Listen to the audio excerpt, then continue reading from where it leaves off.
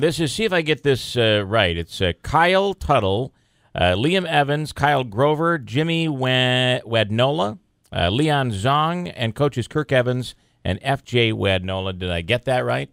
You did. Okay. All right, guys. And all right, so let's start by talking about what you guys accomplished. Who wants to pipe in? Why don't we start with the coaches, first of all? It is Javascouts.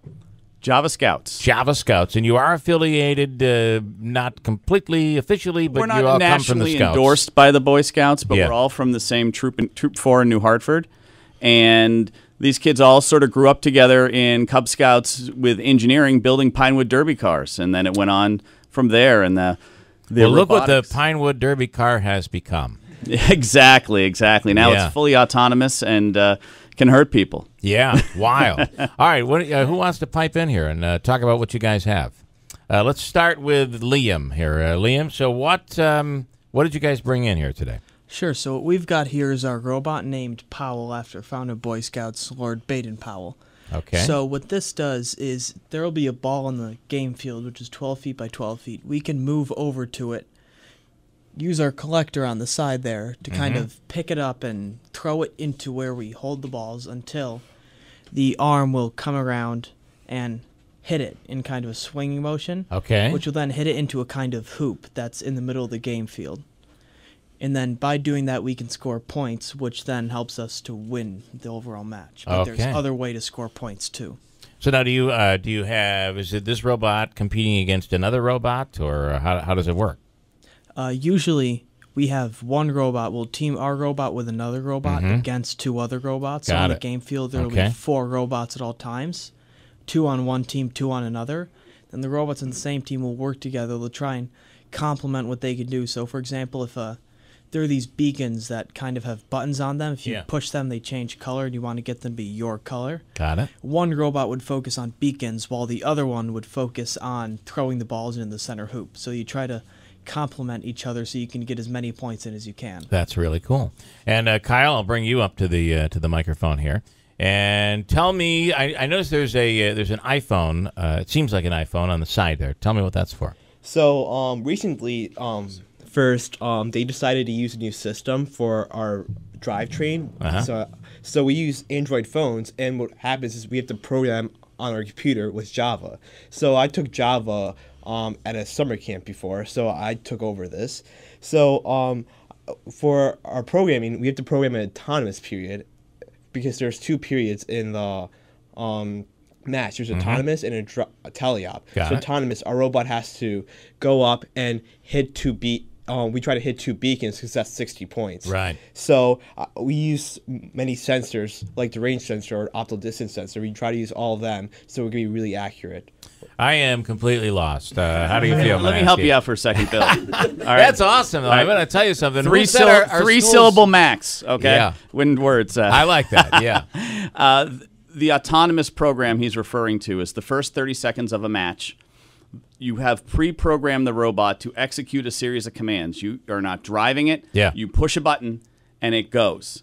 And it relies on the sensors Kyle was talking about, optical sensors, color sensors, to get to the target and do what we ask. Then after 30 seconds, the teleop program is a fancy word for you drive the robot. You want to show them this here? So if I can, just the beginning. So that first part of it, when you say autonomous, we're talking about the robot's doing it. Yes. It's based on programming. It's based on the sensors. It's based on the mechanics of everything. The robot is actually self-sufficient at that point. Yes, and that's all programmed using Java. That's really cool. Yeah. Okay, and then what's next? So after the next phase? Next phase is teleop, which is where they actually get to drive the robot themselves. Okay. And during that part of the competition, there is a driver whose job is solely to position the robot around the field to score points, and then the driver's assistant who operates the different attachments and flickers. So they have to work together. The third member is a coach. He's keeping charge of the scores and seeing opportunities for the driver to go to next. So they really have to work together amongst themselves and with their partner team. That is really neat. All right, Liam. So are you able to move this a little bit? Do you want to? We can do that after the next break. We can clear the table off. We'll take a break and do that. But Liam, you're holding something different. What do you have there? That's Jimmy. Or Jimmy. Jimmy, I'm sorry. Hello, Jimmy. Hi. You're holding something different. What is that? This is one of our prototypes for our thrower. So what we have on the robot here is a directly driven flapper that hits the particle and launches that into the center vortex or points. How this one works is you feed the ball into one side, and it works like a pitching machine. I see that. And we geared it down so it goes faster, and it launches the ball out the other end in the desired arc. Right. Up to 6,000 RPM. Yeah, 6,000 wow. RPM. So it's flying. Yeah, it's that's going. really cool. Yep. Andrew, come over here. I want to put you in the target of that and see if we can. No. We can shoot it from here to you from where you we could. are. Oh yeah. All right, we'll do a little of this when we come back. But I want to squeeze in. I can't see the name tag there. Yeah. It's Leon. All right, Leon, up tight to the microphone and tell us about your take on all of this and what your part is, your role is in all of this. All right, so one of the other things that we have to do for the FTC is we have to document every stage of the robot building that we do. So we have an engineering notebook, which we show to the judges, who are also walking around the competition. Okay. So it's a pretty good-sized notebook there. Yeah, we actually have 2 notebooks. This is one of them. They document every stage of the robot that we do, every part, every meeting that we go to. Wow. And I'm assuming that they look through that to see the work that you've done, and based on the judging on their judging criteria. All right. And so, what was the experience like going down there? I mean, out of all of these teams, placing 8th and ending up, you guys are going to be able to compete in the national competition. It's actually really exciting for us. We're only a second-year team, and one of our goals this season, it was pretty large. We wanted to go to Worlds at the beginning of the season, and now we're going. So. That's pretty awesome. All right, guys, so what we'll do is break, and we'll come back and then let you do some demonstrations here, all right?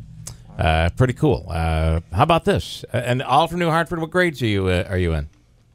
They're all in 8th grade. I'm in 10th grade. Okay, 8th grade, 10th grade. Pretty cool. And so what we would do is use you as target practice. Okay, good. Right? Good. You know, that seems like a good thing. It does. And we have a couple different ways to do it. One, we're going to use Powell the robot, his flicker arm. Don't worry, it's a big arc.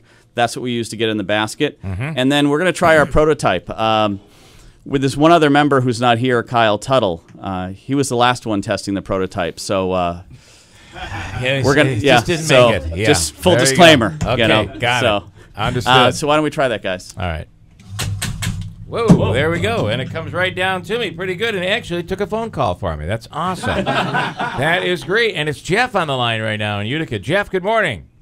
Hey, Bill. Hi, what's up, man? Yeah, well, I just wanted to say, you know, it's really important that, you know, the community is behind these guys, because science and technology are lessons that we really need to teach the generation that's coming up behind us. And I'm thinking the schools really do need to kind of step up and join in supporting these guys. You know, it's very important. And, you know, I saw on the television, the little ball fly. Yeah. That thing could really give you some pointers on your softball game. Yeah, you think? There is no doubt about it. Very good point. Jeff, thanks for the call. And you're absolutely right. By the way, were you guys able to hear Jeff? Yeah. So there's a lesson for you that if you ever get into anything or you're listening to your music, you're hearing off my headphones. So you don't want to run your headphones as loud as I do, because after years of radio, you can't hear out of your headphones anymore. So they're loud enough to serve as a monitor in this place. Okay, so do you want to try that one? Do we want to? I mean, that one's like a... You guys bring your safety glasses? Yeah, that one... You have yours? I'll duck. Hold on. Get away from the... So this thing, just tell us about how the velocity, the speed, the ball coming out. Go ahead there, Liam. So what we did was we took a motor here that has a 1600 to 1 gear ratio. Yeah. And what we did was we hooked it up to a large gear and then put the wheel on a smaller gear so that it then gears that to another 6 times. So it ends up being something close to 10,000 to 1 revolutions per minute. So this one here is only shooting about 200. Okay, so this one's going to fly. Ludicrous. Yeah. Speaking of your, maybe this would be a- better for a baseball game than softball game. yeah, but this is a little more unpredictable. We're still working on it. But Okay. Oh, that makes me know, feel it's- really good. We can always demo it for you after out in the hall if you'd rather. No. I mean, people are watching. They're listening. I think we owe it to them at this point. Don't you think? I think so. Put it in this side.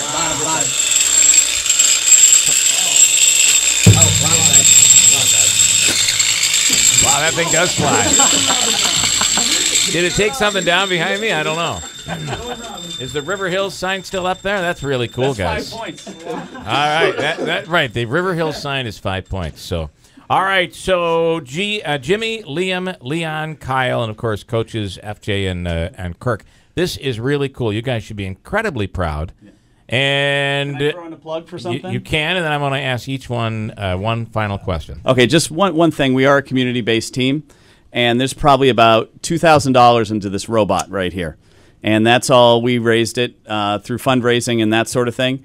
But to get to World Championship, it is a business, this Understood, first. Yeah. The registration fee just to be able to go is $1,000. Wow. Then it's over 5 days in St. Louis.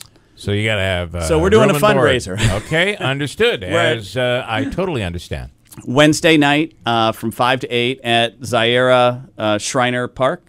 We're doing a pasta fundraiser, $8 a person, and it's open to the public. And any kind of support, any kind of support we can get would be appreciated. All right, cool. Just so you know, we are doing that with another local team, Geared Up. They also qualified. They're out of Rome. They also qualified. Great team. Very nice. And how, if somebody wanted to call and make a donation, or is there a number? How do they reach out to you guys? They can find all the information on our Facebook page, which is facebook.com/Javascouts. Okay. JAVA Scouts. Yes, all one word. And the slogan on the back of the shirt reads what? Highly caffeinated, overly prepared. Highly caffeinated, overly prepared. How about that? All right, gentlemen, I want you each to come up to the microphone, give us your name, and tell us when it's all said and done what you want to be when you, I don't want to use the word grow up, but, when you get out of school, what do you want to do? So step right up to that microphone. Liam, anyone. That'll work. All right, so I'm Liam Evans, and when I get out of school, I want to go into something in the biomedical field, probably something centered around nanotechnology, like some of the smaller things they'll use to treat illnesses or disease in the body. And you're in 8th grade right now? 10th grade. 10th grade now. So in another 3 years, who knows where the world's going to be? Yeah. And for these guys in 8th grade, who knows the technology, right? Yeah. All right, who's up next? It's Jimmy, right? Yeah. Jimmy, pull that mic down and tell us what you want to do. I'm Jimmy Wanola, and I want to be a radiologist when I grow up. Yeah. Pretty awesome. All right, and you're in 8th grade? Yep. Okay. And an Eagle Scout. And an Eagle Scout. Wow. Pretty awesome. Kyle? I'm Kyle, and I want to be an engineer or a doctor. I'm not sure yet. Okay. Also in 8th grade, right? Yeah. Okay, Kyle. Liam. Hi, I'm Leon. Oh, Leon. I'm sorry. I'm screwing your... If I could read, I'd do much better. Go ahead, Leon. Right now, I'm looking to be some sort of engineer. I don't know what kind yet. You got a few years to figure that out. Okay. Did I get everybody? Everybody in there? Yeah. Kirk, what do you want to be when you grow up? Younger? Younger? Okay. FJ? I'd like to be a funny car driver. That would be cool. I want to be a race car You guys got to be really proud for what you guys are doing here, all of you. So nice job. Give yourselves a round of applause. Okay, if you can help these guys with donations, help them out, please do.